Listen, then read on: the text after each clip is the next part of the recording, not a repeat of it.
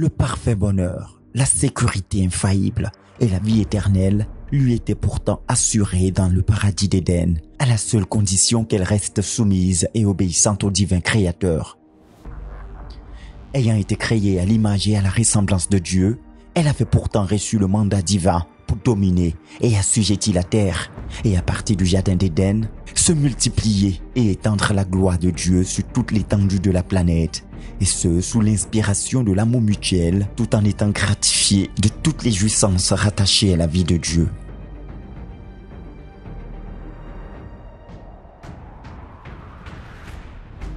Mais hélas, tragédie des siècles, l'humanité a plutôt choisi le chemin de l'indépendance, de la rébellion contre Dieu, et donc de la confusion et de la mort. Elle a choisi de se séparer de la nature intrinsèquement aimante et altruiste de Dieu pour s'engager sur le chemin diabolique de l'égoïsme, les uns vis-à-vis des autres. Et voici, elle a été chassée d'Éden. Et depuis lors, elle paye la conséquence de cette destructrice déclaration de rébellion ouverte contre le divin propriétaire de l'univers visible et invisible. Les hommes ont voulu gouverner et dominer le monde, se construire un certain bonheur et une vie meilleure selon leur propre plan et volonté, et ce, loin de Dieu, qui est pourtant l'auteur de la vie. Mais voici que depuis lors, ils vont d'échec en échec, de confusion en confusion, et les malheurs multiples, les pandémies, les épidémies, les séismes, les tremblements de terre, les guerres de tout genre, et les larmes de douleur mêlées d'impuissance face à la mort, ne cesse de prouver que c'est Dieu qui avait raison. L'homme n'aurait jamais dû manger le fruit interdit de l'arbre de la connaissance du bien et du mal. Le diable avait menti, le diable les avait trompés.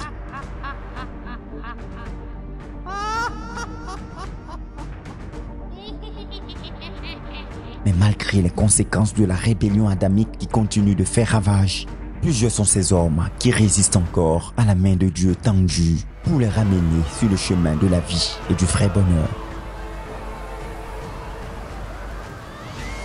Oui, Dieu dans son amour a tendu sa main salutaire à l'humanité en envoyant son Fils Jésus-Christ pour les retirer des décombres de la folie du péché, les mettre à l'abri de sa grande colère à venir, les réhabiliter dans leur nature et identité divine et leur trouver à nouveau une place bien plus meilleure au paradis. Lueur d'espoir, plusieurs se sont repentis et sont retournés à Dieu, vivant désormais soumis au Christ, l'aîné de la nouvelle humanité réconciliée avec Dieu.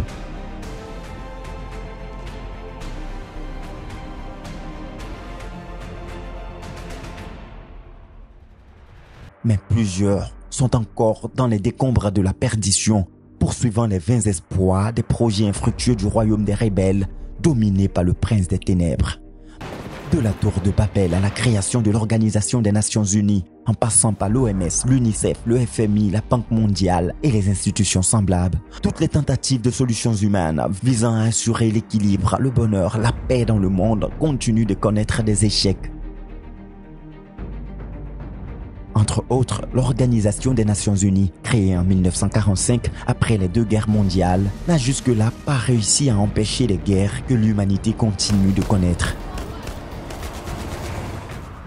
L'OMS, l'Organisation mondiale de la santé, qui est en charge de veiller à la santé au niveau mondial, n'a pas pu empêcher la prolifération des épidémies et pandémies sur la planète.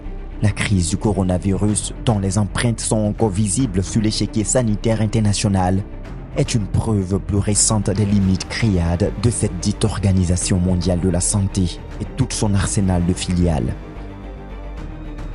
Et le temps serait insuffisant pour égrener toutes les crises financières et économiques desquelles l'histoire a été tachetée, malgré l'existence des grandes institutions dédiées à la matière, telles que le FMI et la Banque mondiale. Un état des lieux et de faits qui nous amène à cette interrogation. Face à toutes ces crises et face à tous ces échecs que l'humanité continue de connaître dans son engagement à vivre dans l'indépendance et la rébellion vis-à-vis du Créateur, n'y a-t-il pas de quoi à s'arrêter, tourner les regards vers le Seigneur de l'univers visible et invisible, qui est seul à pouvoir gérer efficacement cette humanité qu'il a créée et toutes les circonstances qui entourent son existence, Par ailleurs, quel regard et attitude les rachetis, les disciples du Seigneur Jésus-Christ doivent avoir face à ces différentes crises que l'humanité continue de connaître?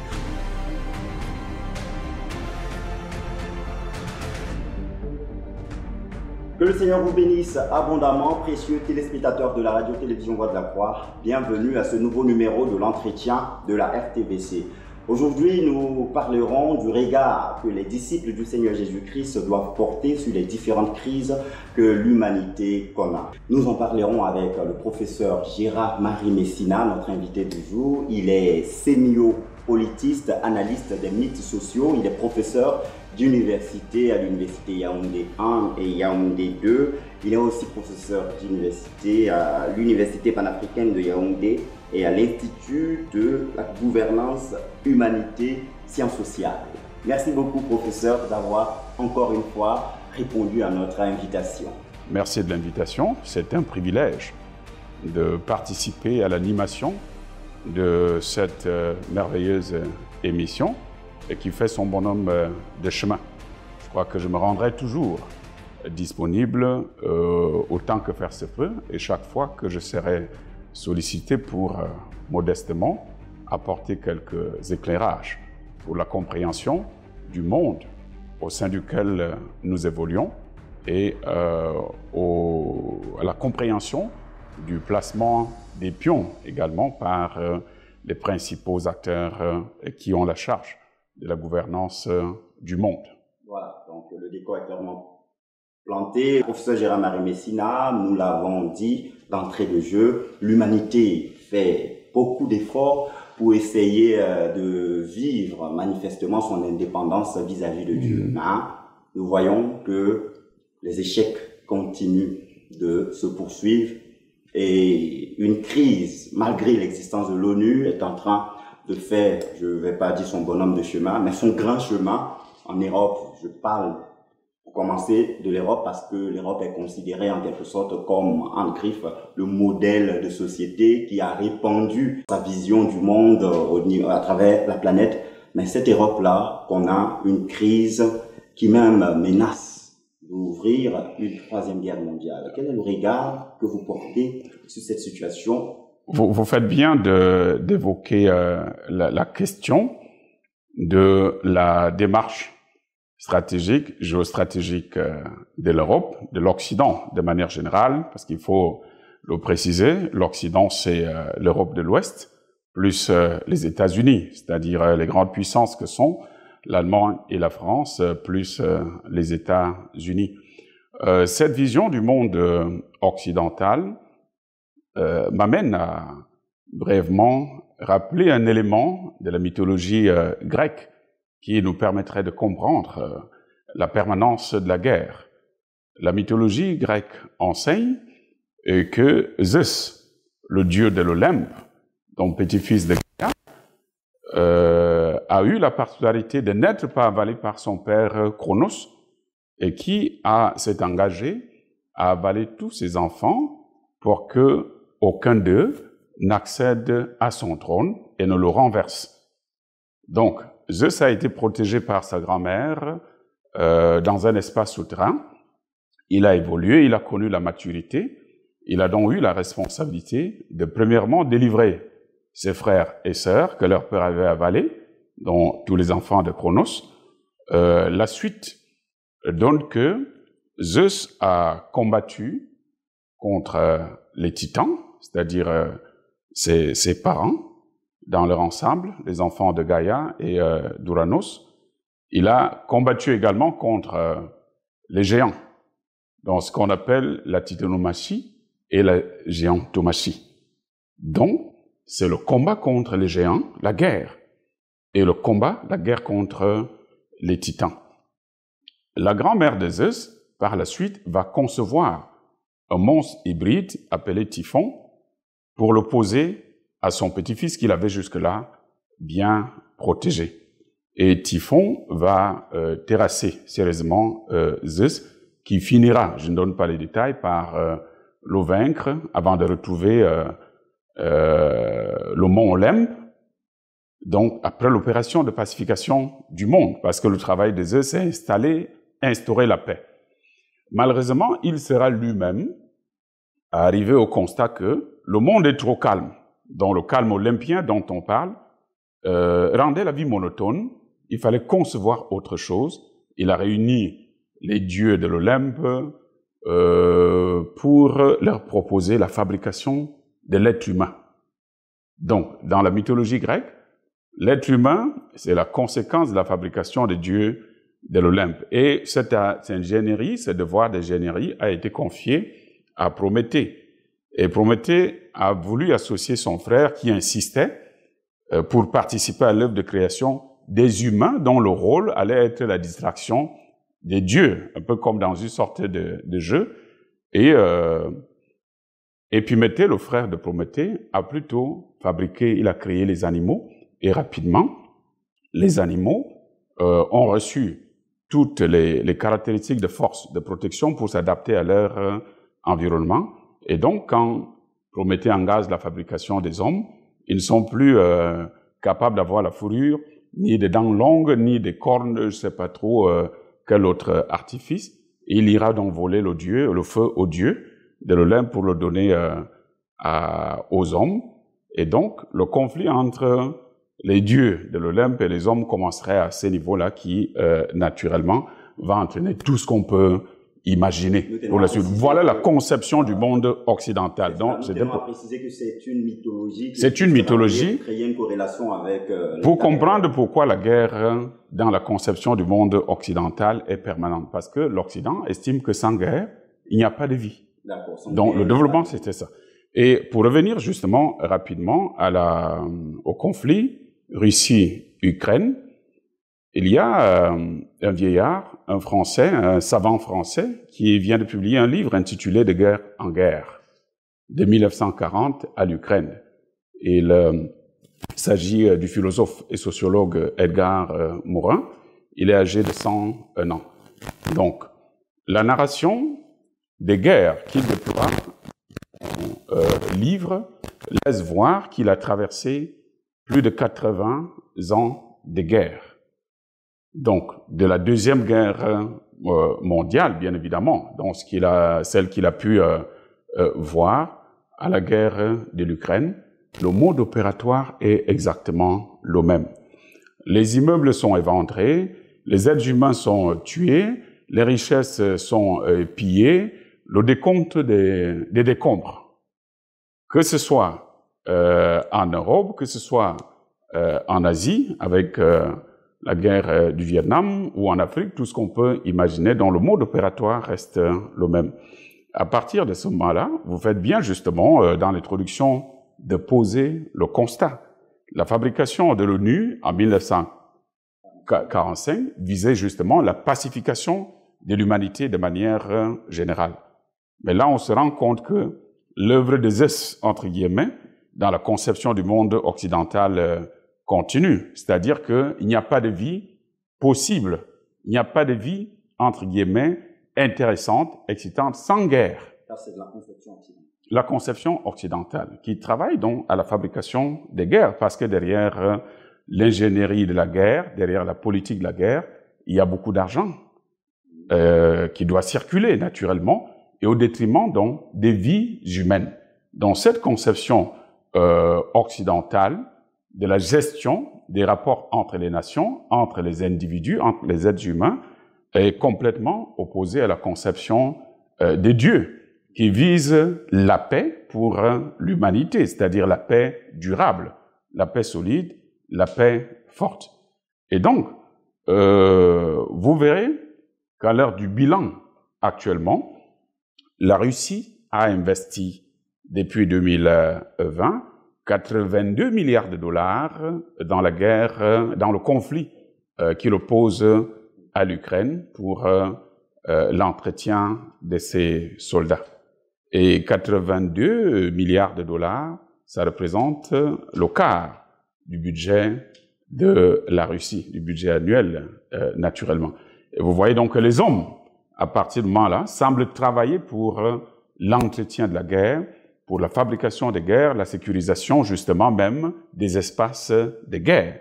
En réalité, il faut dire que une société sans Dieu ne peut fonctionner qu'avec la guerre. Parce que c'est le moyen le plus efficace qui permet justement d'affirmer sa puissance, son autorité, sa force. Donc c'est depuis le XIe siècle qu'il a été établi que l'argent est le nerf de la guerre. Parce qu'il fallait avoir beaucoup d'argent pour mobiliser une armée forte, pour mobiliser des armes également et faire la guerre. Donc dominer les autres, dominer les nations, assujettir les autres et puis prendre, récolter tout ce qui leur appartenait en termes de butin. Il faut comprendre les êtres humains. Un être humain qui ne répond pas, dont la stratégie ne répond pas à la révélation de Dieu, se bat avec les moyens du bord, c'est-à-dire avec la sagesse humaine dont il dispose. Et c'est de cela qu'il est question. Donc, fondamentalement, l'ONU n'a pas été une conception vicieuse. C'est bon de chercher la paix, mais la question c'est, peut-on durablement chercher et trouver la paix sans la révélation de Dieu? C'est à ce niveau-là que le problème se pose. Et donc, naturellement, lorsqu'on cherche la paix sans Dieu, on va instrumentaliser l'ONU. L'ONU va devenir un instrument entre les mains des plus forts et qui sera géré par les plus forts pour résoudre les problèmes des plus forts. Et sur ce, il sera intéressant de rappeler que le modus operandi, le mode opératoire de l'ONU, en termes de mission fondamentale, c'est, si on peut le dire ainsi, procéder à des réajustements qui permettent l'arrangement à l'amiable des problèmes entre les nations. Et ça, c'est une mission très peu connue d'ailleurs du grand public, parce que celle qui est perçue, et très perceptible et perçue, c'est la mission de militarisation du monde, c'est-à-dire la sécurisation, la pacification par le moyen de la force. Donc c'est là justement la question. Peut-on pacifier? Peut-on construire la paix, l'établir, l'asseoir avec les moyens de la force? Avec les moyens de la force. C'est-à-dire, peut-on étouffer une guerre avec les armes de la guerre? C'est-à-dire qu'il y a des gens qui ont des armes, ils s'entretuent. Je viens aussi, Pascal et moi-même, nous venons avec des armes pour imposer la paix. Quelle sera la durabilité de la paix que nous allons imposer avec des armes au sein d'une communauté et qui a des armes et qui se bat avec des armes? Ça veut dire que la démarche que nous allons suivre est celle qui va constituer à faire peur aux gens avec une puissance de feu supérieure. Et donc là, c'est nous qui venons nous établir avec le dispositif que nous avons, la preuve. Parce que lorsque les gens descendent dans un pays, que ce soit en Asie ou en Afrique, ce n'est plus pour repartir. Les opérations peuvent changer de nom, on peut parler de l'opération Serval au nord du Mali, par la suite on parlera de l'opération Barkhane, et il y aura toujours une promesse de départ à un moment donné, et puis finalement personne ne partira, jusqu'à ce que le plus lourdement armé vienne remplacer. Et puis effectivement, vous savez ce qui s'est passé avec la Russie qui a pris le relais, avec la volonté justement des dirigeants du Mali. Donc, est-ce qu'on peut résoudre un problème de construction de la paix, d'établissement de la paix, avec les moyens de la force suprême? Bien sûr que non. Et donc, une fois de plus, l'homme sans Dieu ne se sent en sécurité que en possession d'armes lourdes, qu'elles soient chimiques ou tout ce que vous pouvez imaginer. Il faut qu'il fasse peur pour que les autres le respectent. Donc, il y a eu à un moment donné ce qu'on appelait la course aux armements, et on s'est positionné contre la course aux armements, et on revient justement à la course aux armements. C'est le modus operandi aujourd'hui. Regardez la structuration du budget des États du monde entier, la part qui va à l'administration en charge des armées pour les armes est généralement la plus forte, la plus consistante.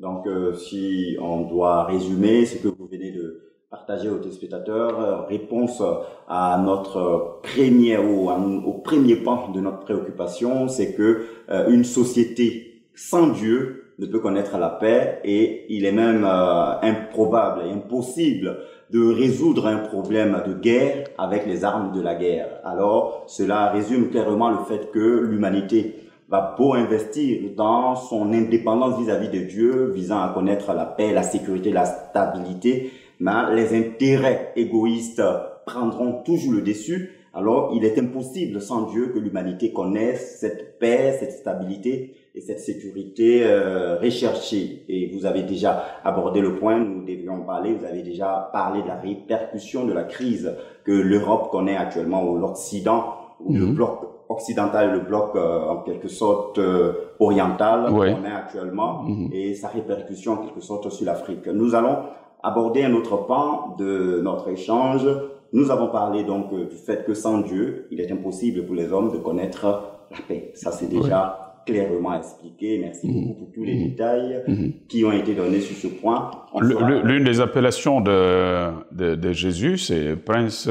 Le prince de la paix. Voilà. Donc Jésus est le prince de la paix. Voilà. Sans lui, on ne peut parler de paix. Là, c'est clairement compris. Je pense que la précision était bien à faire. Il y a également un point que nous allons aborder au niveau sanitaire. Nous avons fini le volet politique et militaire. Nous arrivons maintenant au niveau sanitaire. L'ONU, dont on vient de parler, a une branche qui se charge également de veiller sur la santé mondiale, appelée OMS, Organisation mondiale de la santé. Il y a eu plusieurs, malgré l'existence de cette branche de l'ONU, il y a eu plusieurs épidémies et pandémies qui se sont multipliées. Et la plus récente, la crise à coronavirus, qui continue à se multiplier et à aller de variant en variant, a commencé depuis novembre 2019 et continue de se poursuivre. Quel est donc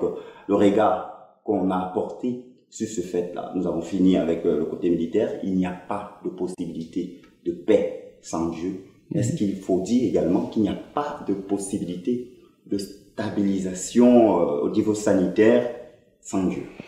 Vous faites bien d'établir le lien nécessaire et très intéressant entre la gestion des problématiques de santé à l'échelle mondiale et la gestion des problématiques politiques et militaires qu'on évoquait tout à l'heure.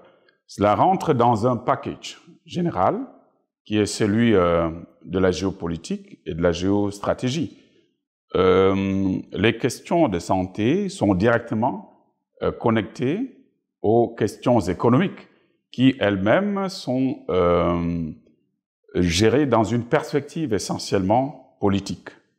Et donc, de ce point de vue-là, il est clair que la gestion des grandes maladies, vous avez parlé justement de pandémie tout à l'heure, va au-delà des intérêts des nations isolées.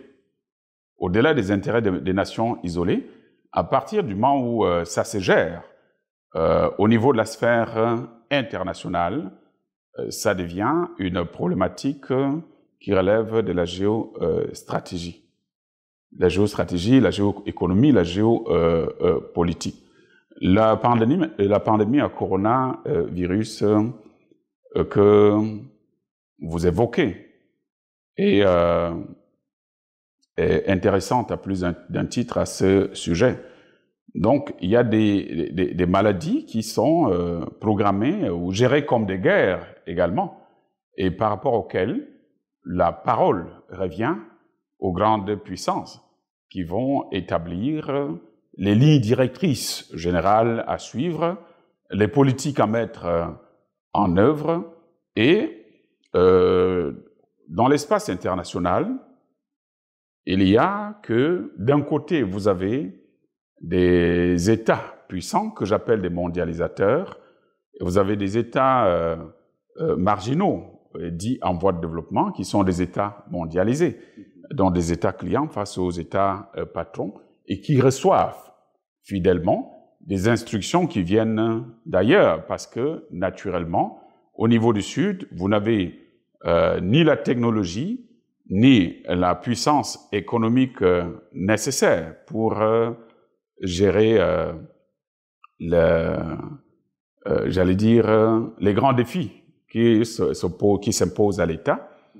Et les grands défis, comme le défi sanitaire de la crise à coronavirus, on évoquait des crises tout à l'heure. On n'a pas le Brésil, du point de vue maintenant de sanitaire, est l'un des pays ayant connu les plus grands ravages en termes de décompte et décombres. On enregistre 700 000 morts. Peut-être même plus que ça. Ben voilà, ce qu'on a pu afficher en termes de surmortalité due à la pandémie. Et on peut faire le tour du monde et on va se rendre compte que, en général, les chiffres sont terriblement alarmants. Mais pendant le même temps, il faut voir que derrière le jeu de la destruction des vies ou de la mort facile à travers le virus, il y a les enjeux économiques. Il y a des enjeux économiques énormes derrière ces jeux. Et les enjeux économiques, c'est quoi? C'est que vous avez l'Allemagne qui est dans la bataille, vous avez la France qui a essayé, ça n'a pas trop prospéré, vous avez le Royaume-Uni, vous avez la Chine. Voilà. Donc, des pays qui ont pu se positionner dans la conception, la distribution, la vente et la distribution du vaccin.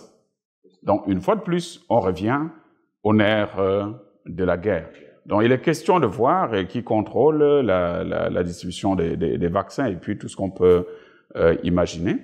Et la puissance des États se renforce justement en fonction de cet intérêt dont on parlait tout à l'heure. C'est la même démarche. Et donc, que pensez-vous? Si les vaccins sont disponibles, si on a engagé des ressources faramineuses pour l'entretien durable de l'industrie pharmaceutique, donc pensez-vous que le coronavirus va vous dire au revoir de façon gentille comme ça et puis rapidement, avant d'avoir sérieusement accompagné ou permis justement à ceux qui l'accompagnent d'entrer dans leur investissement? D'accord, là c'est une question très intéressante. Oui, il s'agit du business, c'est un business. Le parallèle avec ce que vous venez de dire par rapport au fait que les Occidentaux vivent de la guerre, est-ce que on doit déduire par votre interrogation que les problèmes de santé, étant donné que ils ont la possibilité d'engranger les revenus financiers, oui. Voilà, les problèmes de santé, étant donné que ils ont la possibilité d'engranger des revenus financiers, sont de nature à être entretenus par les puissances qui ont toute la technologie pour gérer les crises mondiales. Bien sûr que oui, parce que là, on est dans la guerre économique. C'est-à-dire que le coronavirus, sa gestion, sa gouvernance mondiale, rentre dans la démarche de la guerre économique. Et la guerre économique a ses armes. La guerre économique a ses armes qui ne sont pas véritablement différentes des armes militaires. Il faut de l'infrastructure. Si vous n'en avez pas, vous ne pouvez pas faire la guerre. On parlait du Mali tout à l'heure, c'est-à-dire que les 140, les 1400, je veux dire, soldats mercenaires prêtés par la Russie lui coûtent 10 milliards de dollars par mois. Donc vous calculez, vous verrez que par an, ça fait 120 milliards de dollars. Juste l'entretien de 1400 soldats de l'opération qui est mise en place. Il en va de même des questions de santé. Donc si vous n'avez pas la ressource nécessaire, parce que ça doit rapporter énormément, on a investi, il faut que ça rapporte naturellement. Et donc ce que je veux dire, c'est que il y a des maladies qui s'inscrivent dans la gestion économique durable du monde. Parce que leur gestion incombe aux grandes puissances et qui ont les brevets qui permettent la gestion des vaccins et tous ces autres éléments-là. Donc, je pense que nous qui avons le privilège de comprendre ces choses-là autrement, et il est de notre devoir d'amener les uns et les autres à savoir que, en réalité, le monde n'est pas aussi pacifique, aussi naïf, aussi bienveillant que certains. veulent le faire croire aux masses populaires. Le croyant, justement, le chrétien a la responsabilité de mieux comprendre ces choses-là. Vous avez dû constater que lorsqu'on a décidé de jouer la Coupe d'Europe, et puis voilà, le coronavirus pouvait disparaître. Et dans les stades, et puis on n'a pas eu besoin, mais on était en plein dans le coronavirus, mais on n'a pas eu besoin de masques. Et apparemment, personne n'en est mort. Et il y a des pays, justement, qui sont fatigués. Bon, là, je ne fais pas une sorte d'hérésie pour dire que la maladie n'existe pas. Je parle de sa gestion. Je parle de sa gestion politique, de sa gestion stratégique et de la programmation, justement, de son intensification ou de sa réduction en fonction, justement, des objectifs à atteindre. On a mis beaucoup d'argent dans l'affaire, la fabrication des masques, la fabrication des vaccins et beaucoup d'autres choses. Et donc, ceux qui ont l'avantage de pouvoir entendre, de pouvoir comprendre, devraient se préparer et savoir que c'est comme ça que le monde fonctionne jusqu'à la venue du Seigneur. Pour ça, il y a un détail très intéressant à préciser à ce niveau-là. Il semble qu'en abordant ou en voyant juste les choses sur ce point-là, les complotistes, comme on le dit. Oui, la théorie du complot. La théorie du complot dira que, donc, de fond en comble, ce sont les hommes qui gèrent tout. C'est eux qui décident des guerres, c'est eux qui décident des crises sanitaires, alors que dans le fond, il y a Dieu qui gouverne l'univers et qui décide. Si on doit faire un parallèle avec l'histoire de Job, Satan, peut-être, pourrait penser qu'en agissant ici, c'est le fruit, en quelque sorte, de ses possibilités, de ses capacités, de sa puissance. Mais la Bible ne manque pas de préciser que, malgré ces actions du diable, il y a Dieu qui coordonne tout et qui conjugue tous ces faits-là pour maintenir en quelque sorte son autorité. C'est une préoccupation. Regarder vers le ciel c'est une préoccupation intéressante. Dieu dit mon peuple périt faute de connaissance. Osée 4:6. Et c'est une lecture très très importante parce que au terme de l'échange de notre entretien, les gens pourraient bien se poser la question de savoir s'il y a lieu de désespérer parce qu'à l'allure où vont les choses, est-ce que les êtres humains, comme ils l'ont souhaité, seraient devenus de façon définitive les maîtres de la vie, de la terre, de l'humanité, des choses qui sont sous la terre et même dans les cieux? Que non. Il faut justement savoir que Dieu a son approche à lui, son timing à lui, ses mécanismes de résolution des problèmes à lui. Seulement, il ne nous appelle pas tout le temps et puis pour nous faire asseoir et nous expliquer comment il va procéder. Donc, il y a des guerres qui peuvent être des programmations de Dieu pour résoudre un certain nombre de problèmes. Les Saintes Écritures nous le révèlent. Il y a eu des tremblements de terre dans les temps anciens qui étaient des instructions, des décisions de Dieu. Il pouvait ouvrir la terre et puis faire entrer un certain nombre de personnes. Bon, aujourd'hui, lorsqu'il y a un tremblement de terre, sommes-nous tous capables, dans notre humanité, de savoir que ce tremblement de terre, au-delà des explications scientifiques que les grands de la recherche dans ce domaine-là, géologues et autres dans le monde, vont donner au-delà des explications qui relèvent de la rationalité, est-ce que tout le monde a la capacité de pouvoir comprendre autrement que Dieu peut décider justement de secouer un peu et puis scientifiquement, vous pouvez expliquer la secousse, mais que fondamentalement, elle vient d'ailleurs. Donc les guerres, pour revenir à la préoccupation, les guerres, les crises sanitaires peuvent être le résultat de la décision de Dieu, de la programmation de Dieu, voilà, qui régule, qui gouverne. Quand on dit décision, en quelque sorte, programmation de Dieu, est-ce que c'est pas plus intéressant d'employer l'expression jugement de Dieu, parce que on a affaire à une humanité rebelle vis-à-vis de Dieu qui se croit indépendante et tout permis. Donc, est-ce que c'est pas plus intéressant? Oui, c'est plus intéressant parce que c'est conforme à la rhétorique biblique. Donc, pour que tout le monde nous comprenne aussi, bon, il peut savoir que Et il est bon de relever que c'est la programmation. J'insiste sur la programmation par rapport à la gestion du timing.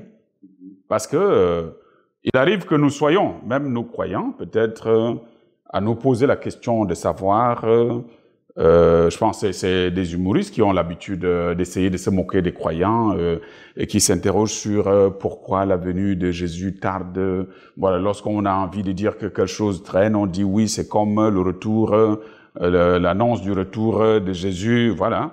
Il y a des gens qui disent des choses de ce genre-là. C'est pour ça que je parle de programmation.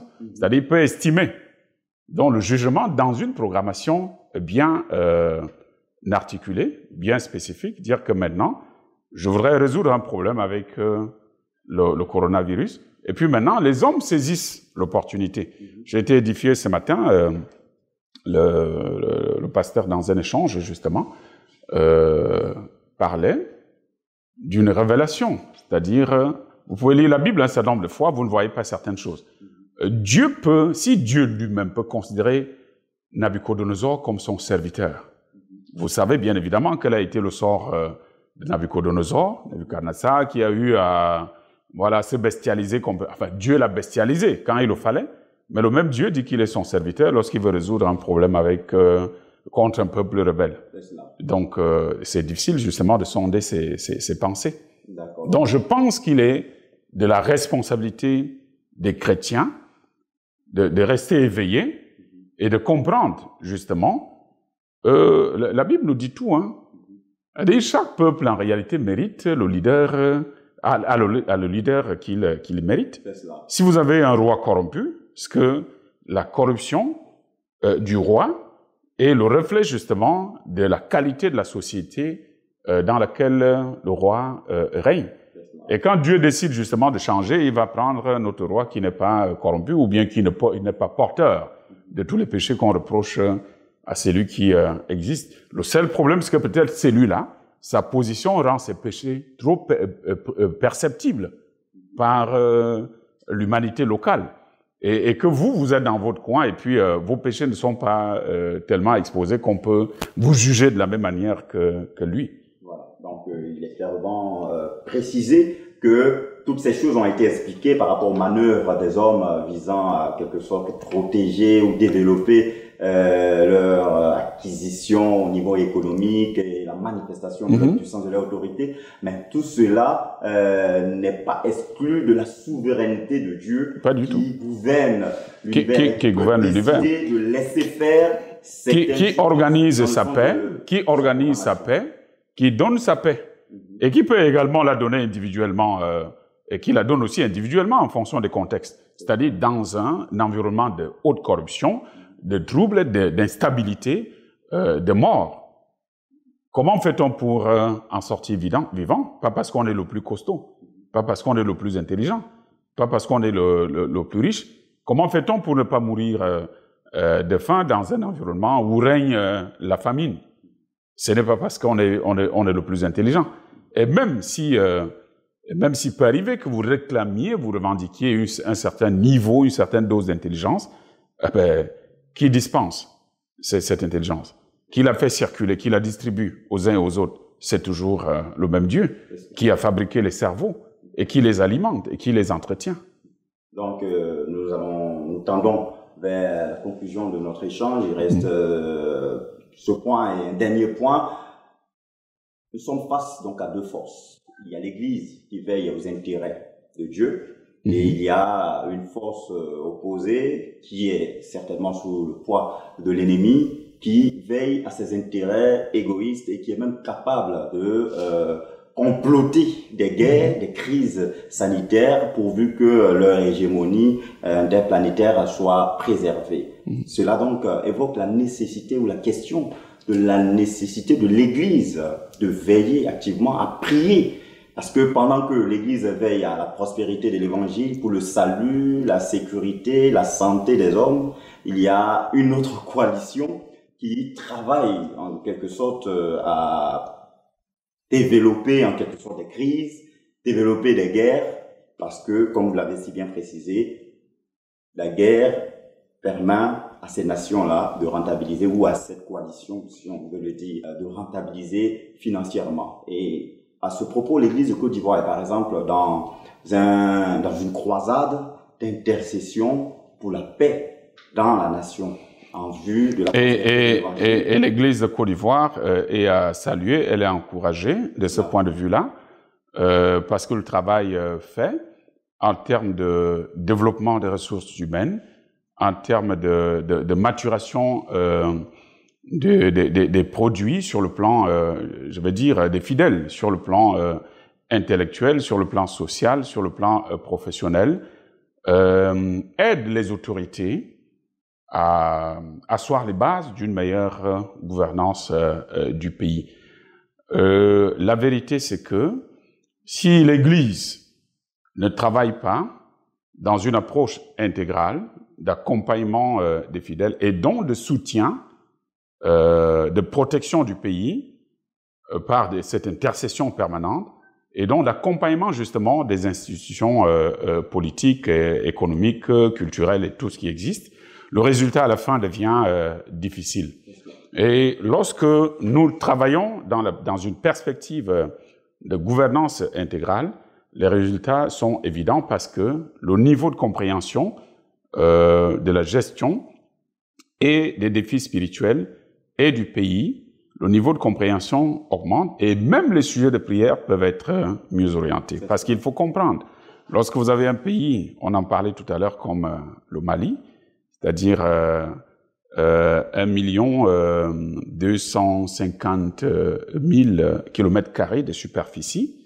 Quand vous avez un pays comme la République démocratique du Congo, 2,5 millions de km² de superficie, donc 4 fois plus grand que la France, qui n'a que 638 000 km² de superficie et qui représente le 15% de l'espace de l'Union européenne. Vous comprenez donc que des croyants dans ces pays, le Mali, la République démocratique du Congo et même d'autres pays qui sont éveillés comme la Côte d'Ivoire, comme le Cameroun, devraient pouvoir porter ces autres pays en prière parce que vous comprenez tout de suite que c'est l'immensité du sous-sol qui favorise les guerres en surface pour compliquer la vie aux habitants de ces différents pays-là. Donc le travail fait est à saluer et il ne nous reste à prier, à solliciter que le Seigneur soutienne ses ouvriers pour la poursuite sereine de cette noble ambition. Donc nous allons toujours dans le même élan avec le dernier point. Quand on lit Matthieu 24, on voit les signes eschatologiques qui montrent les différents faits qui vont précéder la fin du monde. Oui. Et d'aucuns croyants pourraient donc décider d'avoir un regard fataliste sur ces différentes situations que le monde connaît. Par exemple, la guerre.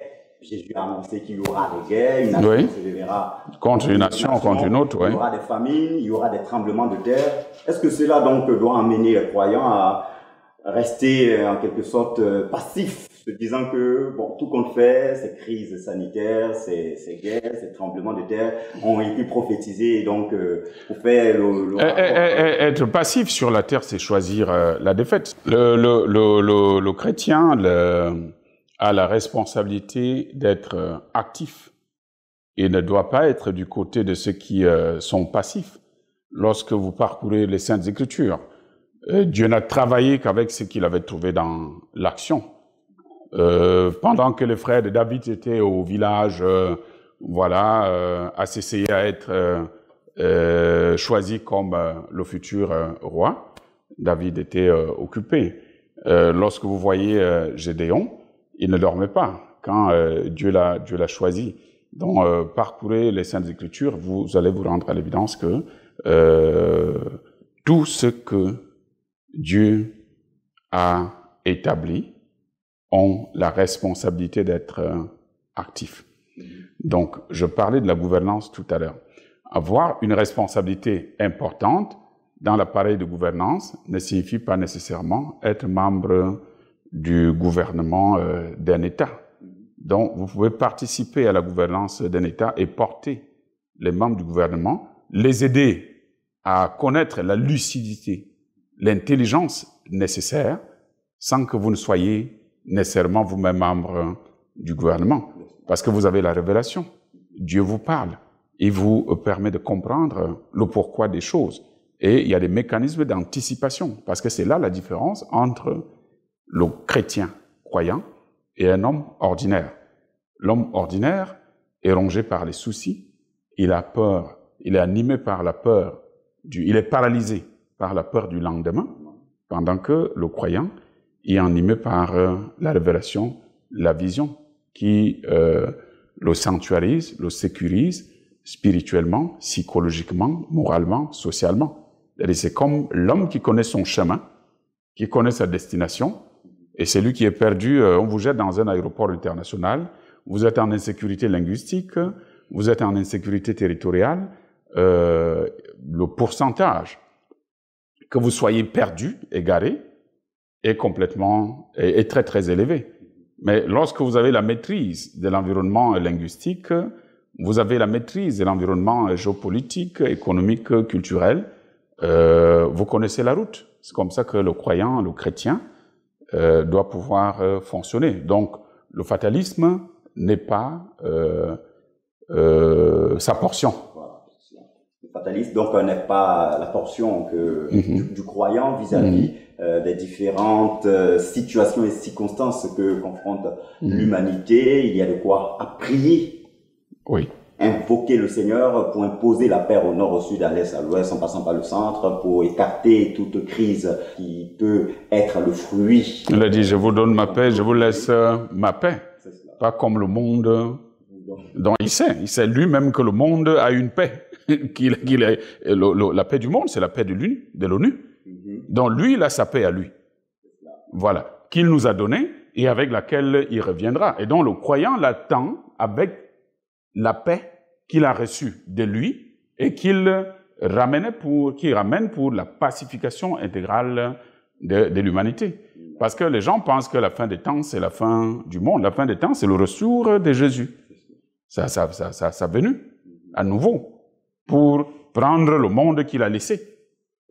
Donc, il y a de quoi se mettre dans les conditions pour être trouvé juste et fidèle devant le Seigneur quand il Absolument.